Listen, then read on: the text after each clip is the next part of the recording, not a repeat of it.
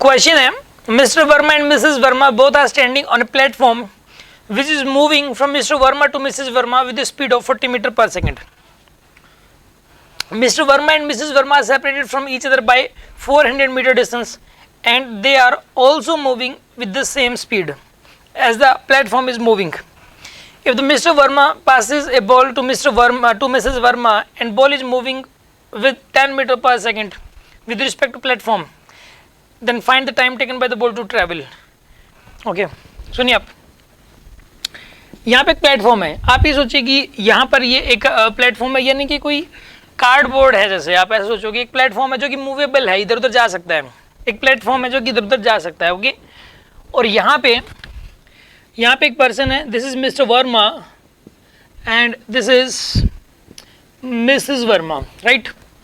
और इनके बीच का जो गैप दिया हुआ है दैट इज 400 मीटर, ये 400 मीटर इनके बीच का गैप, राइट। अब एक बात बताइए, ये प्लेटफॉर्म कितने जा रहा है, 40 मीटर पर सेकंड से।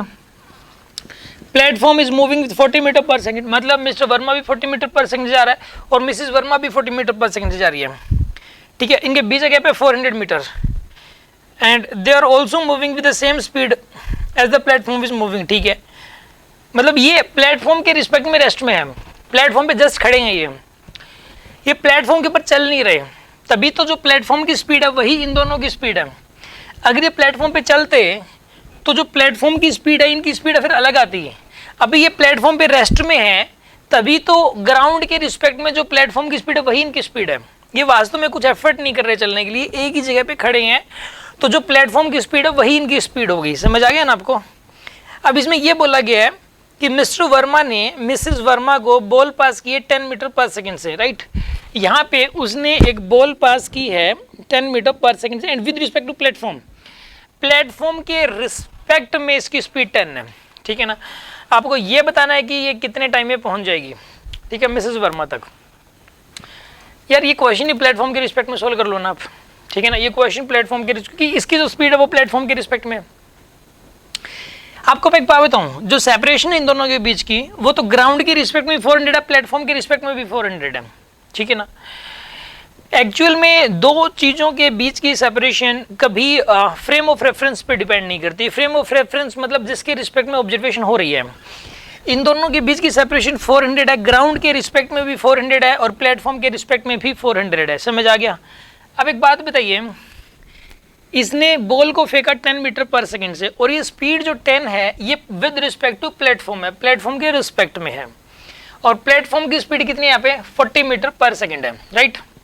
अच्छा अब सुनिए, अब इसमें ना पूरा क्वेश्चन ही प्लेटफॉर्म के रिस्पेक्ट में सोल्व करो। प्लेटफॉर्म के रिस्पेक्ट में इसकी स्पीड क्या 0, प्लेटफॉर्म के रिस्पेक्ट में, प्लेटफॉर्म की अगर मान लो आंखें लगी हुई हैं और प्लेटफॉर्म देख रहा है, प्लेटफॉर्म अगर देख रहा है तो प्लेटफॉर्म को लगेगा कि ये मिसेस वर्मा रेस्ट में है और प्लेटफॉर्म को लगेगा कि ये भी रेस्ट में है। तो दोनों अगर रेस्ट में है तो इन दोनों के बीच गैप भी फिक्स है 400 और ये दोनों रेस्ट में भी हैं और स्पीड भी प्लेटफॉर्म के रिस्पेक्ट में ही दी हुई है।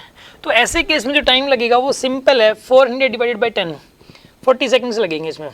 सॉरी 400 था ना गैप वॉज 400 और 40, गैप वॉज 400 मीटर और स्पीड थी इसकी, अब यानी कि इसका आंसर आएगा 40 सेकेंड्स। अब मैं एक बात बताऊं, इस क्वेश्चन में प्लेटफॉर्म की स्पीड आप 40 कर दो, चाहे 100 कर दो, चाहे 200 कर दो, यानी कि टाइम कितना लगना है इस बॉल को यहाँ से लेके यहाँ तक जाने में, ये वाली बात इस प्लेटफॉर्म की स्पीड पर डिपेंड नहीं करती, क्योंकि यहाँ पे ये जो स्पीड दे रखी है 10, ये प्लेटफॉर्म के रिस्पेक्ट में दे रखी है। ग्राउंड के रिस्पेक्ट में इस बॉल की स्पीड अलग होगी। ग्राउंड के रिस्पेक्ट में तो अगर आप इस क्वेश्चन को सोल्व करोगे तो बहुत कॉम्प्लिकेटेड हो जाएगा, थोड़ा सा थोड़ा सा कॉम्प्लिकेटेड हो जाएगा। ऐसे में ग्राउंड के रिस्पेक्ट में ये भी मोशन में है, ग्राउंड के रिस्पेक्ट में ये भी मोशन में है और ग्राउंड के रिस्पेक्ट में इसकी स्पीड भी 50 हो जाएगी, अलग हो जाएगी बॉल की स्पीड, तो क्वेश्चन में चेंजेस आ जाएंगे। तो इस क्वेश्चन को हमने प्लेटफॉर्म के रिस्पेक्ट में कर लिया और यहाँ पे बॉल की स्पीड प्लेटफॉर्म के रिस्पेक्ट में है और ये गैप भी प्लेटफॉर्म के रिस्पेक्ट में है, तो यहाँ पे प्लेटफॉर्म की स्पीड खुद की कुछ भी रहे। समझ, मैं आपको एग्जांपल देता हूँ। आप एक बात बताइए कि यहाँ पे सपोज मैं यहाँ से चल रहा हूँ, सपोज यहाँ से मैंने चलना शुरू किया और मुझे उस दीवार तक पहुँचना है, ठीक है, तो मुझे उस दीवार तक पहुँचने में कितना टाइम लगेगा वो मेरी स्पीड पर डिपेंड करेगा। अर्थ की स्पीड से कुछ भी हो, अर्थ की जो एंगुलर स्पीड है अपने एक्सिस के अबाउट या सन के अबाउट, वो मैटर ही नहीं करती, वो चाहे बढ़ जाए, सपोज मैं एक तो यहाँ से लेके दीवार तक जाऊँ, सामने दीवार है, मतलब मुझे सपोज यहाँ पे लगे, सपोज 40 सेकंड्स लगे, मान लेते हैं एक बार 40 सेकंड्स लगे। अगर अर्थ की एंगुलर स्पीड डबल हो जाए तो भी मुझे 40 ही लगेंगे।